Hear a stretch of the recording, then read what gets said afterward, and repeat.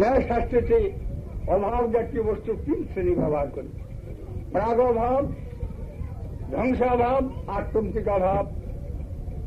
পূর্বে ছিল না, এখন হয়েছে, এটা হলো প্রাগ অভাব জাতীয় বস্তু। এখন হয়েছে, সেটা ধ্বংস হয়ে গিয়ে অভাব হয়েছে, এটা ধ্বংসাভাব।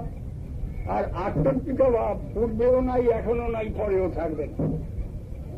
যে বস্তু মোটেই নাই, তার সত্তা নাই, কোন জায়গায় অনুভব করা যায় না, তার অনুভূতি কি, তার উল্লেখ হবে কি করে? একই যদি সব হয়ে গেল, তার দ্বিতীয় কথাটা সৃষ্টি হলো কি করে, কেন হয়? একই তো সব, দ্বিতীয় হয় কেন কথা? দ্বিতীয় শব্দের উৎপত্তি কি, কেন দ্বিতীয় কথার সৃষ্টি হল?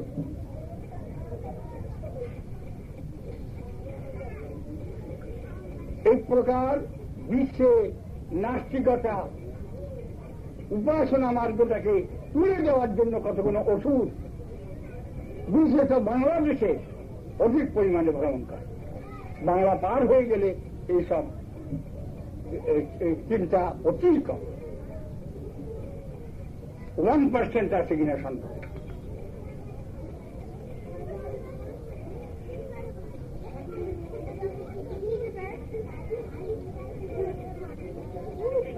ক্রমশ না নাস্তিকতার দিকে অগ্রসর হওয়া আমাদের মোটেই কর্তব্য নাই।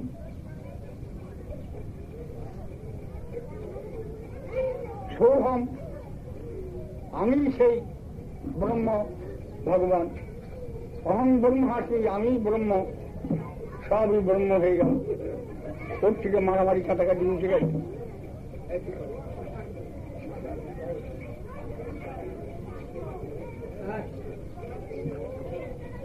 যারা সব এক চিন্তা করে,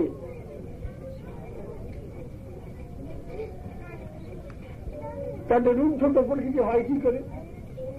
সব এক। ওই সব একের লোকের ওই একটি যুক্তি হচ্ছে তাদের ইয়ে। সেই মাস্টারমশাইও যিনি গিয়েছিলেন আমার কাছে সব এক করতে, তিনি ওর চোখে গিয়েছিলেন। যখন তার আঁকে ঘা দিয়ে কথা বললাম সব এক স্থাপন করতে গিয়ে, বলে আপনি তো বাবা, আপনার ছেলে এক, কখনো দুই মনে করবেন না। আপনার স্ত্রীকে বলে যাবেন যে আমি মরলেও মরবো না, আমি একে রেখে যাব। তখন চললেন ভিতরে দুই ধারণা, বলে আমি কর্তা, আমার ছেলে আমার অধীন, আমি যা বলবো তাই শুনতেছে বাধ্য। এই দুই চিন্তা নিয়ে বলছে না, এটা ভণ্ডামি না, প্রবঞ্চনা, লোক ঠকানো।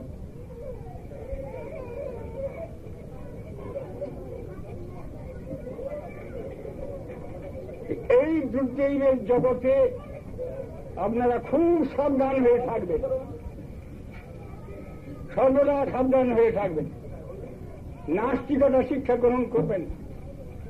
যদি এইরকম কোন বিচার কোনো উপস্থিত হয় বা ইয়ে হয়, আপনারা আমাকে ডাকবেন। আমি চলতে না পারলেও যেমন করি হোক এসে এখানে বসে তাদের সঙ্গে বিচার করতে প্রস্তুত থাকি। সভা রাখুন, প্রকাশ্যভাবে বিচার হোক, তাদের ক্ষমতা থাকে বুঝে নেব।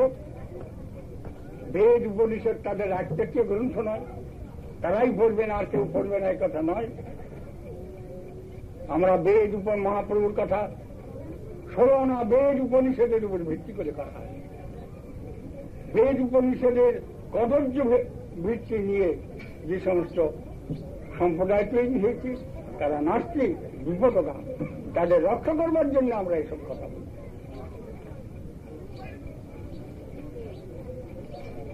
বেদান্ত দর্শনে বলছেন ব্রহ্ম কি জন্মাদ্যস্য যত, যার থেকে জন্মস্থিতি ভঙ্গ হয় তিনি ব্রহ্ম, তিনি নির্বিশেষ না, এক হতে পারেন না, তাকে এক কখনো বলা যায় না। ব্রহ্ম যদি এক হয়ে সৃষ্টি করেন, তাহলে প্রকৃতিও এক সৃষ্টি করেন। সাংখ্যবাদীরা বলে, যারা সাংখ্য দর্শন পড়েছেন তারা প্রকৃতিবাদী, তারা প্রকৃতির সৃষ্টি করে, ব্রহ্ম তারা মানে। ব্রহ্ম তারা মানে না সাংখ্য দর্শনে, নৈয়ায়িকগণে পরমাণুবাদী ব্রহ্ম তারা মানে না, প্রকৃতি তারা মানে না। দর্শন শাস্ত্রে আলোচনা ভারতবর্ষের 6খানা দর্শন, 1খানা নয়, 6টা দর্শন চলছে এবং উন্নত দর্শন ন্যায় বৈশিষ্ট্য, সাংখ্য, পাতঞ্জল, জৈমিনী, বেদান্ত দর্শন, এই 6খানা দর্শন। প্রত্যেকটা দর্শনের মধ্যে ইয়ের থেকে এই বেদান্ত দর্শনই একমাত্র বৈদিক, তারা বেদের বিচার অনুসারে চলেছে, আর অন্যগুলো কিছু না, তারা ঈশ্বর স্বীকার করে না।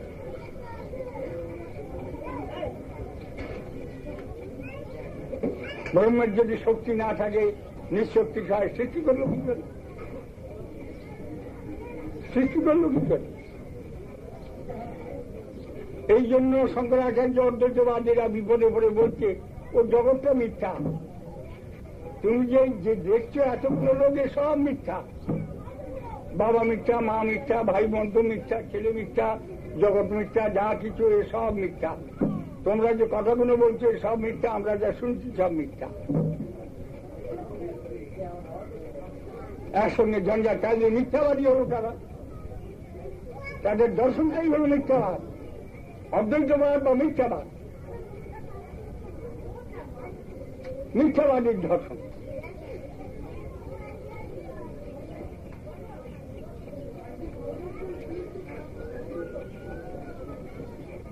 এই যে বিচার আমাদের দেশে, এজনের থেকে আপনাদের সাবধান হবেন।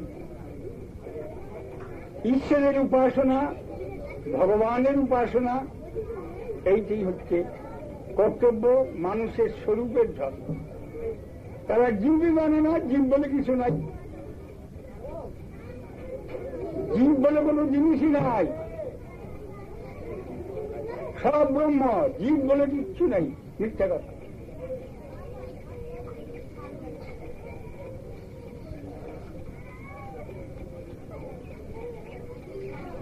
আমাদের বিচার করতে হবে সর্বতভাবে এই যে আমরা ভগবানের উপাসনা করব, ঈশ্বরের উপাসনা করব।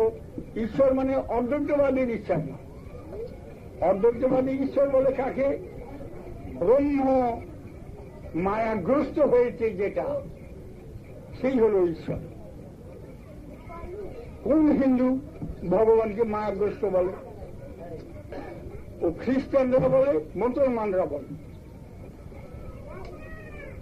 খ্রিস্টানরা মুসলমানরা বলে হিন্দুদের ভগবান মায়াগ্রস্ত, আমরা তা বলি না, ও অদ্বৈতবাদীরা বলে।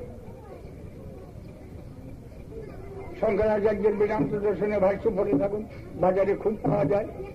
ও প্রথম দিকে প্রথম 4 সূত্রে এই সমস্ত কথা বলে দিয়েছেন।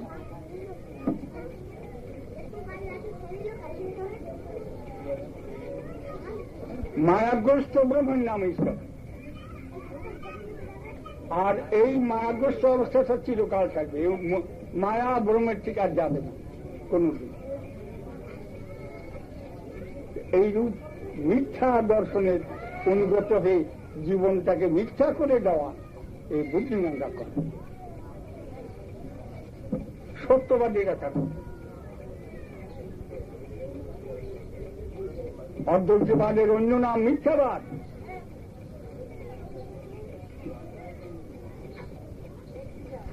এইসব কথা গোপন করে রাখে, তাদের বইগুলো খুললে দেখিয়ে দেওয়া যেতে পারে বিকাশ। আমাদের বর্তমান অবস্থায় যে আলোচ্য বিষয়টি আরম্ভ করেছিলাম, যে বিরহতা আনন্দ, বিনোদ অলঙ্কার, বিচার, অর্থাৎ বিপ্লম্ব ভাবে যে আনন্দ অনুভব, কিসের থেকে? সংসারের মায়া মোহ দুঃখ পরিত্যাগ করে ভগবত উপাসনাতে চিত্ত নিযুক্ত করলে আনন্দ অনুভব হবে। তা সেটা কিসে হয়? বিরহ হতে বেশি হয়।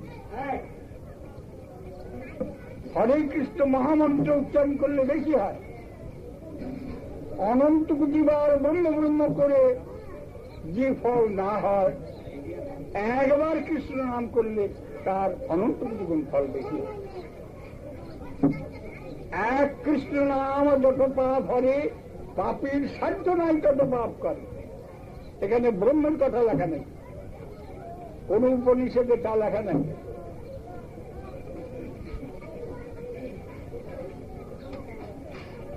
যেখানে ব্রহ্ম সেখানে ভগবানের পদনখ সভাকে উদ্দেশ্য করে বলে, জ্যোতির অভ্যন্তরে রূপম অতুলম শ্যাম সুন্দরম।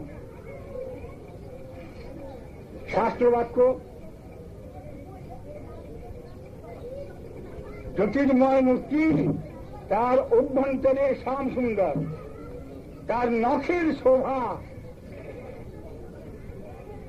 হচ্ছে ব্রহ্ম।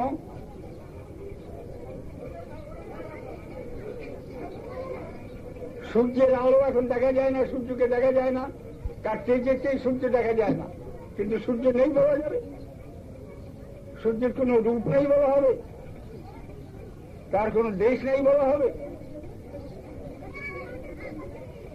অস্তজানুদয় হন, যাদের চোখের দৃষ্টিশক্তির অভাব, দর্শন জ্ঞান নেই যাদের, তারা এক প্রকার করতে পারে।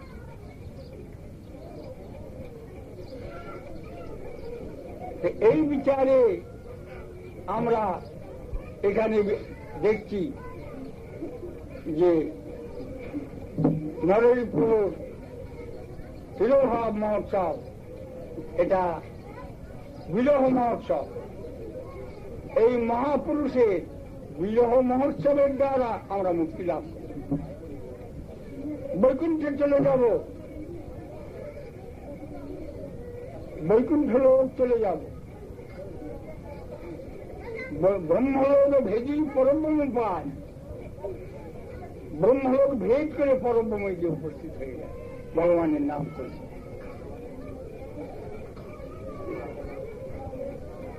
নাম নামী অভেদ, একই তত্ত্ব।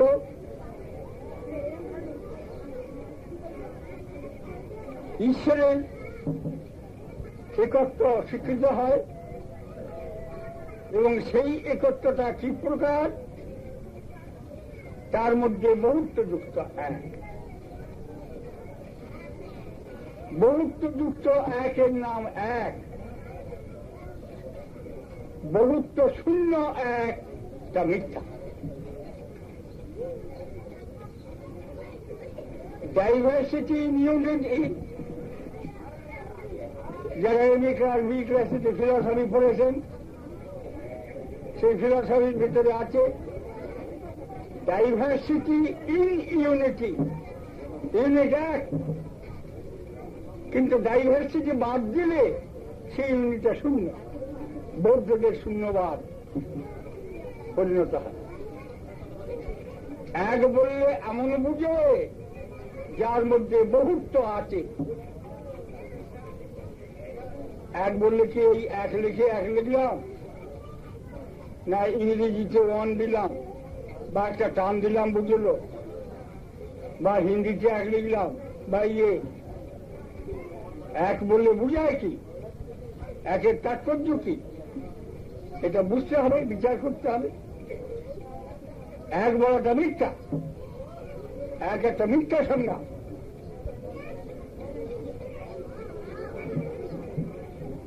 ম্যাথমেটিক্স, গণিত শাস্ত্র এক হতে জিনিস আরম্ভ হয়েছে, ফান্ডামেন্টাল বেসিসটাই হচ্ছে রং।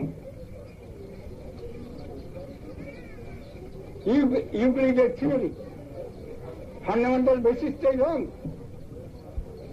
আমাদের ঔপনিষদিক চিন্তাধারা, বৈদিক বেদান্ত দর্শনের চিন্তাধারা, এই সমস্ত পাশ্চাত্য শিক্ষা বা আধুনিক শিক্ষা, তার সঙ্গে কিছু মিল নেই।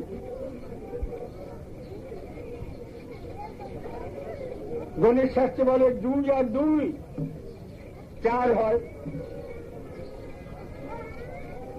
2 আর 2 4 হয়।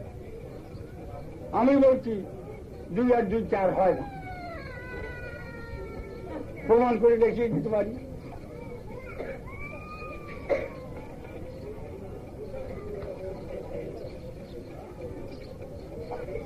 দুটো ঘটি নেওয়া হলো এখানে, আবার এখানে দুটো ঘটি নেওয়া হলো, সংখ্যায় দেখলাম 2 আর 2 4টে ঘটি। আবার আর এক জায়গায় 4টে ঘটি রাখা হলো, তখন এই 2 আর 2 4 আর ওই যে 4টে ঘটি এক সমান। কোন বুদ্ধিমান লোক স্বীকার করবে ওটার ওজন হয়তো 1 ছটা বেশি, এটার হয়তো 1 ছটা কম, ওটায় জল বেশি ধরবে, এটা হয়তো কম ধরবে। প্র্যাকটিক্যাল ম্যাথমেটিক্সের যেটা একটু দেখতে হবে এই দুটো কখনো এক হয়। এই যে ম্যাথমেটিক্যাল 1, ম্যাথমেটিক্যাল 2 + 2 = 4, এই সমস্ত রং বেসিসের। কাজে একের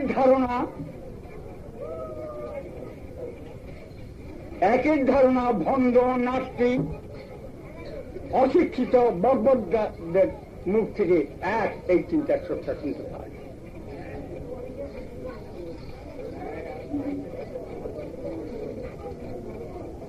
অশিক্ষিত লোকের মুখে এই সমস্ত কথা শুনতে পায়। আমার সঙ্গে আমার চিনসুরাতে মঠ আছে, চিনসুরায়, সেখানে PA2 কমিশনার, ডিভিশনাল কমিশনারের পার্সোনাল হয়েছেন, তিনি ম্যাথমেটিক্সে ফার্স্ট ক্লাস পাস। তার সঙ্গে আলাপ হয়েছিল, ম্যাথমেটিক্সের লোক। তিনি বললেন যে আমরা তো ম্যাথমেটিক্সে এম এ ক্লাসে এই সমস্ত কথা পড়িনি, আমরা তো পাইনি, একটু হায়ার ম্যাথমেটিক্স বলে আপনি এমনিতে ফার্স্ট ক্লাস ফার্স্ট, আবার একটু হায়ার ম্যাথমেটিক্স চাচ্ছেন। এই জন্যই শিক্ষা লাভ করতে হলে ঋষিদের আশ্রমে যেতে হবে। স্কুল কলেজ পাঠশালায় শিক্ষা হয় না, ঋষিদের আশ্রমে গিয়ে শিখতে হবে। যে কোনো বিজ্ঞানও সেখানে শিখতে হবে। অশিক্ষা, কুশিক্ষাগুলো যেগুলো দেওয়া হচ্ছে সেগুলো না শিখলেই।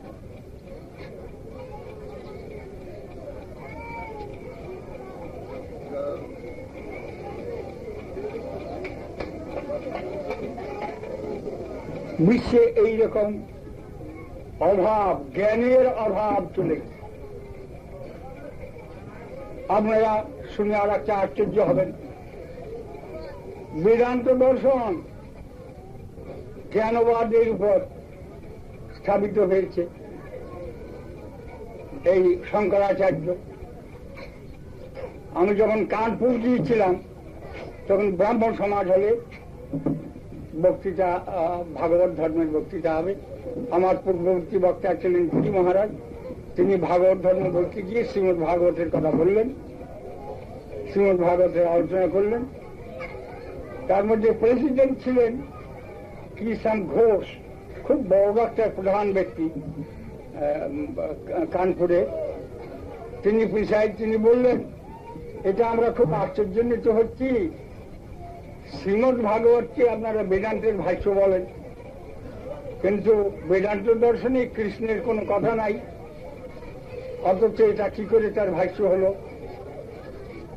প্রত্যুত্তরে গিরি মহারাজ বসলেন, পরে আমি তার উত্তর দিলাম যে বেদান্ত দর্শনে শঙ্করাচার্য জ্ঞানপর ভাষ্য করেছেন, ব্রাহ্মণরা সেই শঙ্করের ভাষ্যকে মাথায় তুলে নিয়েছেন, রামমোহন রায় সেই ভাষ্য স্বীকার করেছেন। তারা বলেন তারাও জ্ঞানপর ভাষ্য ব্যাখ্যা করেন। আমি তখন তাদের জিজ্ঞাসা করি যে বেদান্তের জ্ঞানপর ভাষ্য কোথায় বলেন? বেদান্তের মধ্যে কি জ্ঞান শব্দ আছে? 550 সূত্র তার মধ্যে, বেদান্তের মধ্যে জ্ঞান শব্দ খুঁজে বের করুন। জ্ঞান ব্রহ্ম বলছেন, জ্ঞান কোথায় আছে? যে বেদান্তের মধ্যে জ্ঞান শব্দ খুঁজে পাওয়া যায় না, সেই বেদান্তের জ্ঞানপর ভাষ্য। এই নাস্তিকগণ অঘটন ঘটায়। ব্যাকরণ সাহায্যে এক একটা শব্দ কিছু করে নিতে পারা যায়। তো বেদান্তের ভাষ্যতে জ্ঞান না থাকলেও জ্ঞানবল ভাষ্য যদি হতে পারে, তাহলে কৃষ্ণ শব্দ না থাকলেও কৃষ্ণবল ভাষ্য হতে পারে। সেই অনুসারে শ্রীমদ্ ভাগবত বেদান্তের অকৃত্রিম ভাষ্য। শঙ্কর ভাষ্যকে আমরা বৈদিক ভাষ্য বলে বলবো না, বেদব্যাসের অনুগত ভাষ্য বলবো না। ব্রহ্মসূত্র বেদব্যাসের লেখা, কাজে বেদব্যাসের গ্রন্থ অবলম্বন করে ভাষ্যের ব্যাখ্যা করা উচিত ছিল, কিন্তু বেদব্যাসের গ্রন্থ অবলম্বন না করে তিনি ইধার উধার করে করতে, তার মাহাত্ম কি হবে? এই প্রকার অবদান ঘটিয়ে দেওয়া হয়েছে। যে আমরা বুদ্ধিমান জাতি, আমরা দাবি করি বাঙালি বুদ্ধিমান জাতি, যে কোনো কথা বলি দিয়ে যারা আর মেনে নেব তা নয়। শঙ্করাচার্যের মতন বীর পুরুষ বলে গেছে, অতএব মেনে নাও। আর একজন খুব বড়তর সন্ন্যাসী বলে গেছে, মেনে নাও। আমরা তা না, বাঙালি তা নয়। আমিও আপনাদের কাছে যে বলে যাচ্ছি, আপনারা হট করে অবনত মস্তকে মেনে নেবেন, তা করবেন? বাজিয়ে দেখুন, শাস্ত্র পড়ুন, অধ্যয়ন করুন, আলোচনা করুন, এই সমস্ত সম্বন্ধে বিচার করুন। গায়ের জোরে চটে গেলে হবে না, উত্তেজিত হলে হবে। মূর্খতা ধরা পড়লি পণ্ডিতরা চটে, তখনই তাদের এক প্রকার বৃত্তি দেখেন। আমরা সব ধরিয়ে দিতে প্রস্তুত। শ্রীমান মহাপ্রভু চৈতন্যদেব আমাদের দেশ কেন সমগ্র ভারতকে পবিত্র করেছে।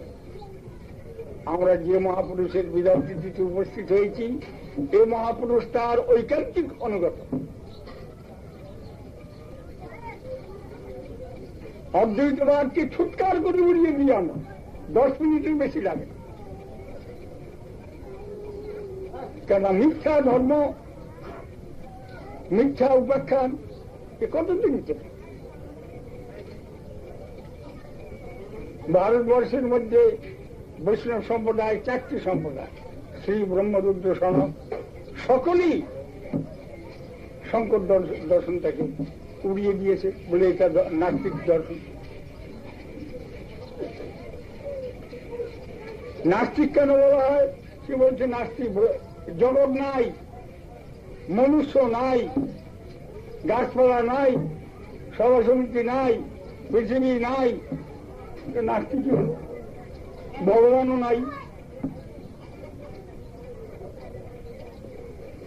ঘুরিয়ে ফিরিয়ে কেমন করে চোখে নিয়ে এসে সেই নাস্তিক চিন্তার সূত্রের মধ্যে ফেলে। আপনারা বুদ্ধিমান জাতি, সাবধান হয়ে সব কাজ করবেন। যে যাকে কি ধর্ম বলে জ্ঞান করবেন, তার উদ্দেশ্যটা কি, ভেতরে কি, বিচার কি, এগুলো সব জানেন। শাস্ত্র বলেছে, শাস্ত্রের ব্যাখ্যাটা কি, বিচারটা কি, এগুলো জানা দরকার।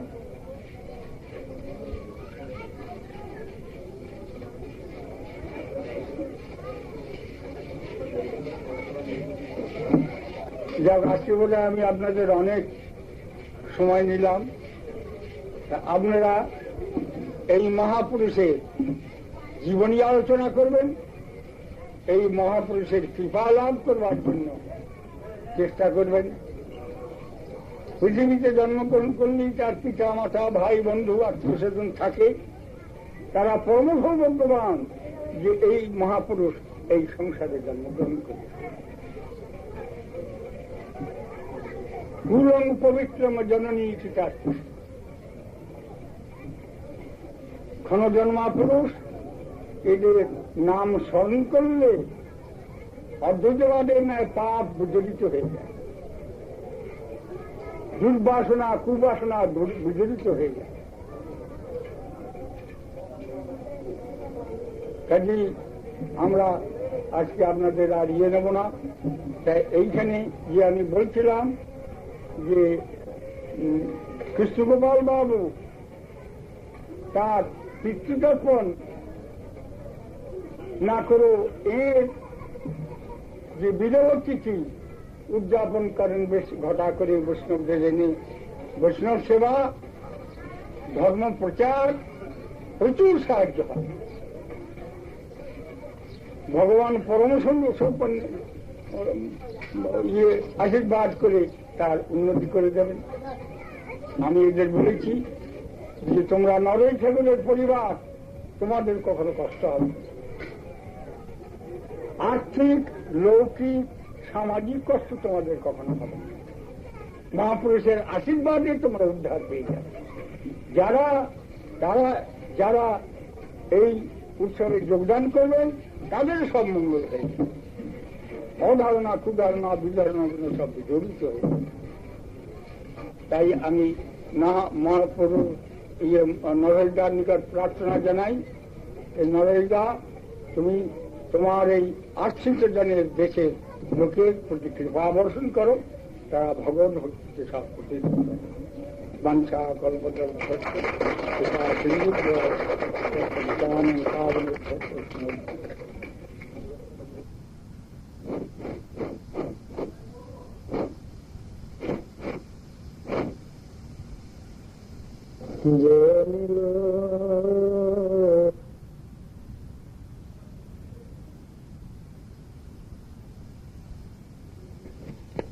গুরুপাদ পদ্মের সেবাই মনুষ্য জীবনের প্রধান কর্তব্য।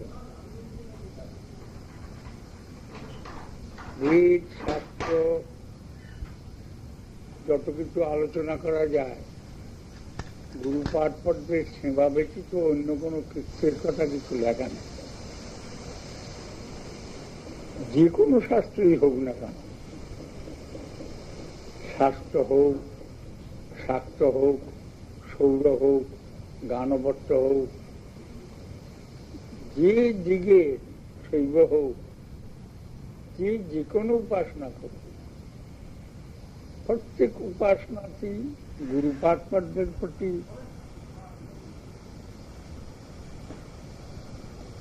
আত্মনির্ভরতা করা, তার সেবা করা সকলেরই এই বিষয়টা একমত। গুরু সেবা বাদ দিলে কোনো কার্যেরই সুফল হয় না এবং শিক্ষা যায় না। শিক্ষা করতে হলে গুরু স্বীকার করতেই হয়। মানুষ অশিক্ষিত হয়েই জন্মগ্রহণ করে, ক্রমশ গুরুর কাছে শিক্ষা লাভ করে তারপরে সে উন্নত হয় সব বিষয়তেই।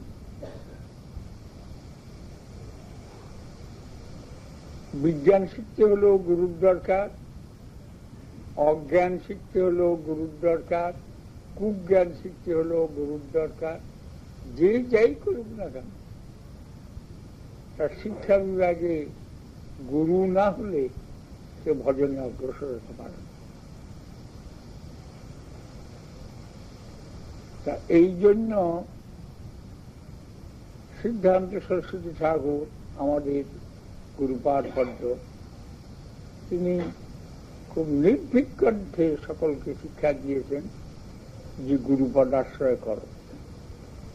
গুরুপদাশ্রয় না করলে উন্নতি লাভ করতে পারবে। তবে গুরুপদাশ্রয় করতে হলে কোন গুরুর কাছে যাব এই বিষয়ে চিন্তা করা প্রয়োজন। কোনখানে গেলে সর্বোত্তম জিনিসটা লাভ করতে পারে। কেউ ছোট জিনিস চায় না, এটা মানুষের একটা স্বাভাবিক বৃত্তি লক্ষ্য করা যায়। সামান্য জিনিসে কেউ সন্তুষ্ট হতে চায় না। সর্বাপেক্ষা উন্নততম জিনিস কোথায় গেলে পাওয়া যাবে এইটা অনুসন্ধান করাই আমাদের প্রধান কর্তব্য।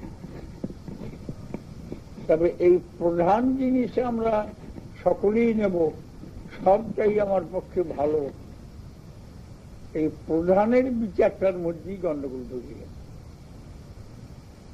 কোনটা প্রধান, কোনটা চরম, কোনটা সর্বশ্রেষ্ঠ বস্তু, এর বিচারের মধ্যেই গন্ডগোল। নানান রকম নানা মুনির নানা মত, সেই বিচার আমাদের কাছে যখন যে সে বলে তখন তারটাই বেশ লাগে ভালো। এর মূল কারণ অজ্ঞতা, আমাদের শিক্ষার এমন অভাব যে আমরা নিরপেক্ষভাবে উন্নত জিনিসটাকে ধরতে পারছি, ধরবার যোগ্যতা নাই। এই যোগ্যতা আমরা সাধারণত বিচার করে শাস্ত্রকারগণের মধ্যে দেখতে পাই যে বলছি পূর্বজন্মের একটা স্বীকৃতি না থাকলে এই জিনিসটা হয় না। পূর্বজন্মের স্বীকৃতি প্রভাবে মানুষের সৎসঙ্গ হয়। সৎসঙ্গ প্রায়পত্যের পূর্বই স্বীকৃতি পূর্ব সঞ্চিত। এই সৎসঙ্গ বলতে গেলেও অনেক রকম গোলমাল আছে।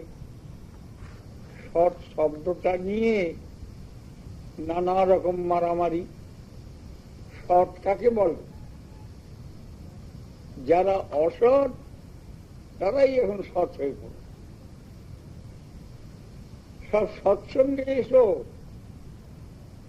অসৎ লোক যারা, তারাই এখন সৎসঙ্গে ঢুকবার চেষ্টা করে।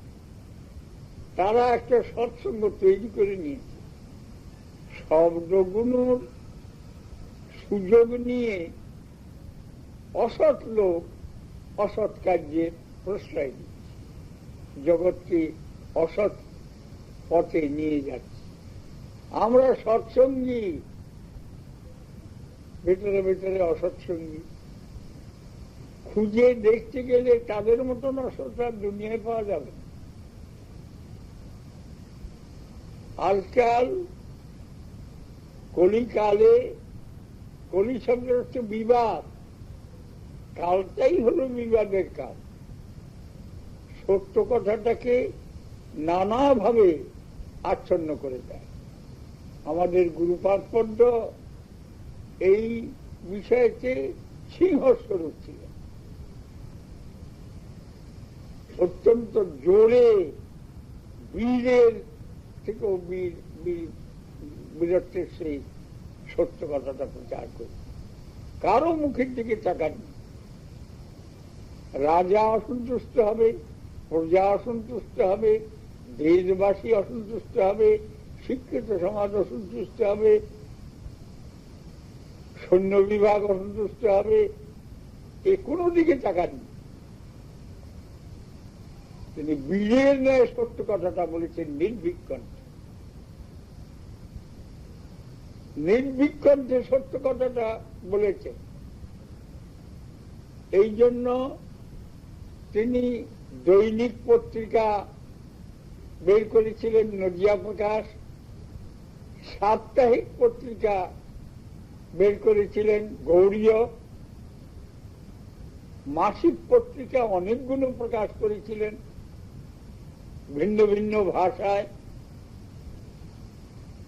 এই পত্রিকার মারফতে তিনি নির্ভীকভাবে সত্য কথাটা প্রচার করেছেন। অপ্রিয় সত্যের প্রচারক ছিলেন। লোকে পছন্দ করবে না, অতএব আমি সত্য কথা বলবো না, এই ভাবের প্রচারক তিনি ছিলেন। আমি সত্য কথাটা বলে যাব, স্বীকৃতিবান ব্যক্তি নিশ্চয়ই গ্রহণ করবে। যাদের স্বীকৃতি নাই, পূর্বজন্মের পুণ্য নাই, তারা ঢুকতে পারবে না, না পারে না পারুক। কিন্তু যাদের ভাগ্য আছে তাদের আমি দুর্ভাগ্যের পঙ্কের মধ্যে ফেলে দিচ্ছি কেন? সত্য কথাটা বললেই তারা শুনতে পারবে, যার ভাগ্য আছে সে শুনবে। সাধারণ ভাষায় বলে যে আচলা কথা বলে যায়। সত্যং বুড়িয়াত, প্রিয়ং বুড়িয়াত, মা বুড়িয়ার সত্য মা প্রিয়ম, এই একটা নীতি আমাদের দেশে চলছে। দেখো হে, মিষ্টি কথা বললো, কটু কথা বললো, সেটা সত্য হলেও বলল না, কিন্তু আমাদের গুরুপাঠ পদ্ম সেই নীতিকে ফুৎকার করে উঠেছে। সত্য কথা বলতেই হবে, লোকে শুনুক আর না শুনুক। এই জন্য তিনি গৌরীতে প্রবন্ধ একটা দিয়েছিলেন, খুব ভালো, জনমত আর সত্য। জনমত একটা আলাদা জিনিস, আর সত্য বলে আলাদা জিনিস। সাধারণ লোক সাধারণভাবে জীবনযাপন করে, আমিও তার মধ্যে গা ঢেলে দেবো কেন?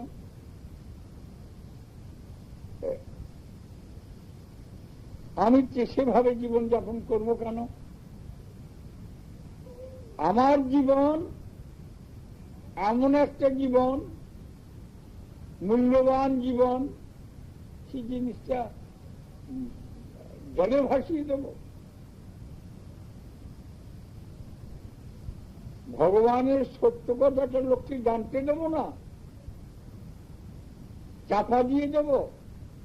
এই কখনো হতে পারে। মেজরিটি বেশি,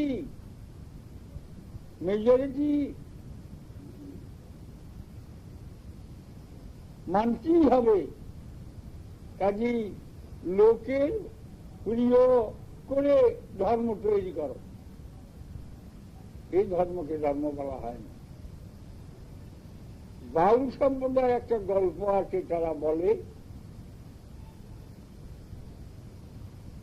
নিত্যানন্দ প্রভু এই সত্য ধর্মের কথা খুব প্রচার করলেন, লোকে গ্রহণ করছে না, নিচ্ছে না। কেন?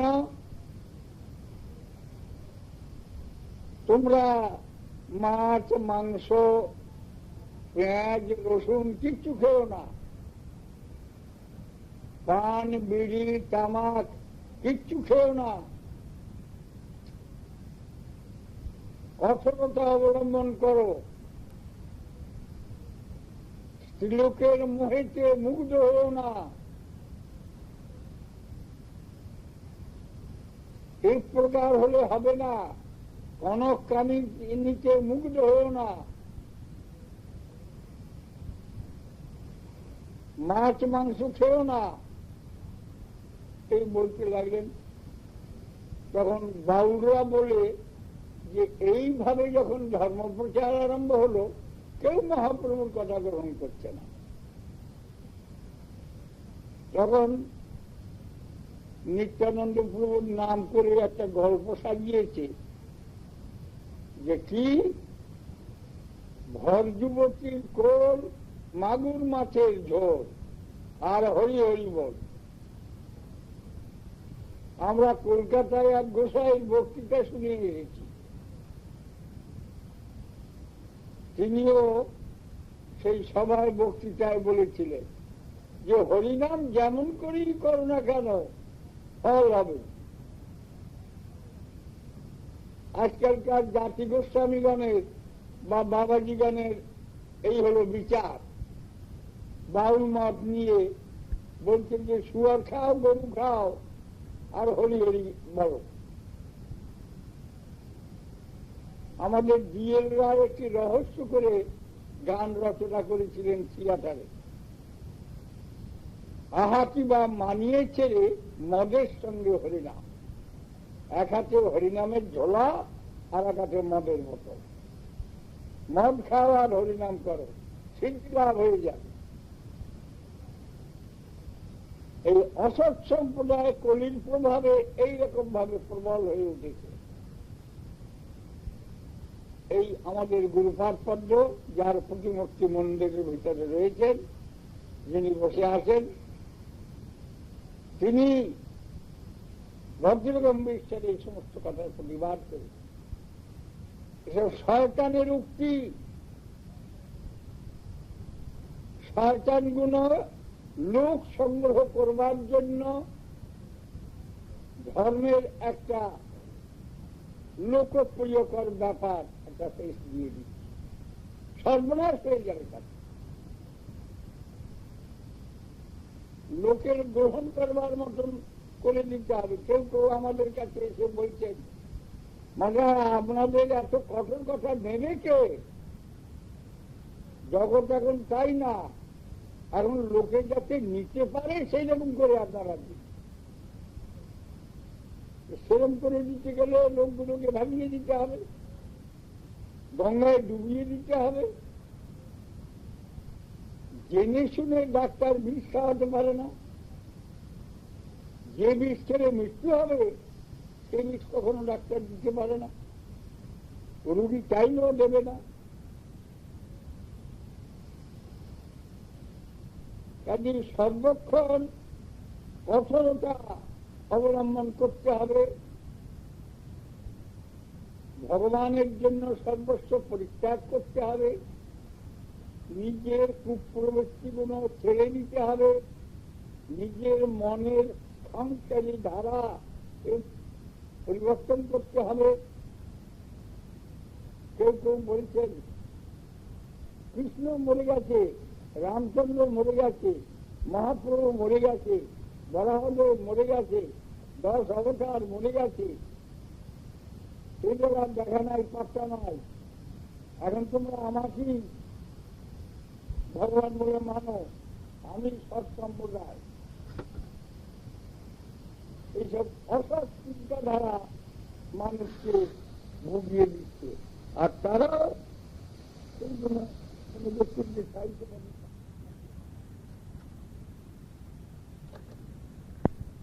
আপনাদের এখানে তৈরি আছে, পাঠশালা আছে, তাতে অশিক্ষা কুশিক্ষা দেওয়া হয়, যার দ্বারা সমাজ অত্যন্ত উচ্ছিষ্ট হয়ে গেছে। আমি কালকেও এই কথাটা খুব বলেছি জোরের সঙ্গে, যে স্কুল কলেজ বা বিদ্যালয় যেগুলো সব হয়ে উঠছে, এগুলো আমাদের সর্বনাশ করে দিচ্ছে, এর দ্বারা আমাদের মোটেই মঙ্গল হচ্ছে। কিন্তু ধর্মীয় প্রতিষ্ঠান যদি হয়, মঠ, মন্দির, ঠাকুর সেবা, ভগবানের সেবা, বিষ্ণু মন্দির যদি প্রতিষ্ঠান হয়, তাহলে সেখানে এসে পারমার্থিক শিক্ষা লাভ করতে পারবে। মঠ এই শব্দটি বৈদিক যুগ থেকে এই শব্দটি চলে আসছে, বরাবর থেকে এই শব্দের প্রচলন রয়েছে। মঠ শব্দের অর্থ মঠন্তি, বসন্তি, ছাত্রা, যত্র, একে বলে মঠ। মঠ বললেই ওটা যখন ধর্মের স্থান, তখন ওটাকে উঠিয়ে পেছনে লেগে পড়ে সবাই মিলে, যাতে মাত্র ধর্মের কোন কেন্দ্র না হয়, ধর্ম শিক্ষা যাতে না।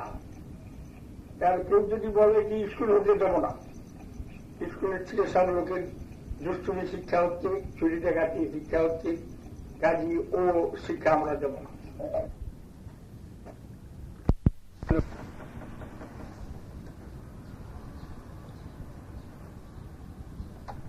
সেগুলো যেমন লোকে একটা ভয়ানক আপত্তিকর করে, কিন্তু মঠ প্রসিদ্ধ আত্মকল্যাণের শিক্ষা লাভ করবে, ভগবানের কাছে কি করে পৌঁছে যায়, দেশে কি করে শান্তি বিরাজ করে, অশান্তি সম্পূর্ণরূপে দূর হয়ে যায়, তার কি স্কুল করা হয়েছে। এই বিষয়তে কারো কোনো চেষ্টা নেই। আমি দেখি যে পার্বতীর ধর্ম তার জীবন, এটা সাধারণ লোকের হৃদয়ের মধ্যে সমস্ত ভাব আছে না, তিনি হৃদয়ের মধ্যে অনুভব করেছেন যে দেশ এইরকম অধঃপথে যেতে চলেছে। কাজে একটা ধর্মের প্রতিষ্ঠান হোক, যেখানে থেকে তিনি সমস্ত সময় 24 ঘন্টা সাধুরা ঋষিরা এসে যে কোনো লোককে যখনই এসে উপস্থিত যাবে, তখনই তাদের কাছে হরিকথা, শাস্ত্রের কথা, পারমার্থিকের উপদেশের কথা তাদের দিতে পারবে।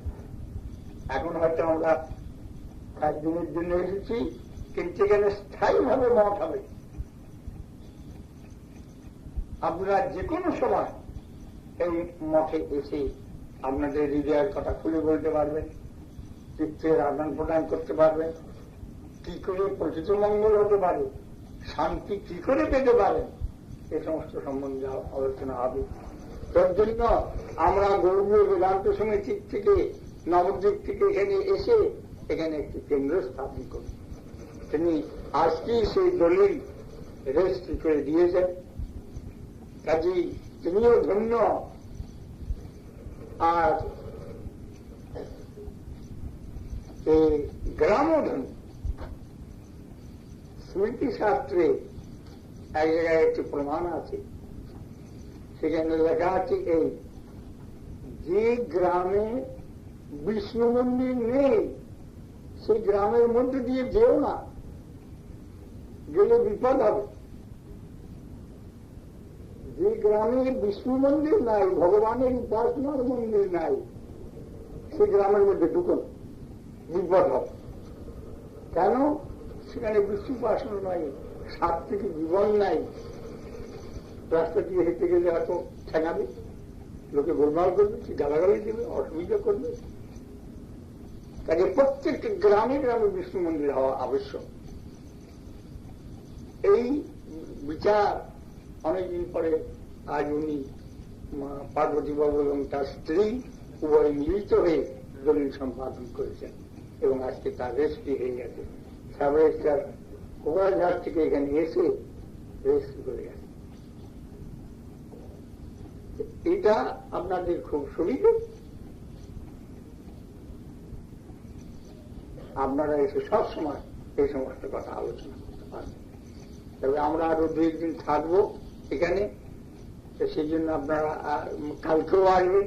কালকে সোমবার, আপনাদের হাতের অর্থ করে নেই, কালকেও এই বিষয়ে সন্ন্যাসী মহারাজরা আলোচনা করবেন। এবং আজকে অনেক রাত হয়েছে বলে আমি আর অন্য কিছু বলবো না। কালকে আমার যা কিছু বলবার সামান্য যদি কিছু বলার থাকে আমি আপনাদের কাছে নিবেদন করব। আজকে এই পর্যন্ত বলেই আপনাদের কাছ থেকে বিদায় করব। না চলবার কারণটাই আমি বলবার জন্য এই হিস্ট্রিটা বলছি। এত কঠিন গ্রন্থ, আর তাতে কতগুলো বিষয় কটাক্ষ করা এই তার শঙ্করের জীবনী সম্বন্ধে আনন্দগিরি বলছে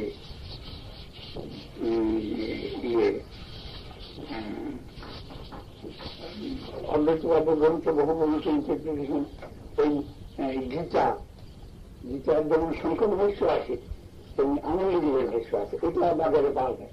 আজকাল সবাই পুরনো একটা ভলিউম আছে, তাতে শঙ্কর ভাষ্য আর আনন্দগিরির ভাষ্য আর মধুসূদন সরস্বতীর টিকা, ওইগুলো দিয়ে একটা ভলিউম পুরনো আছে।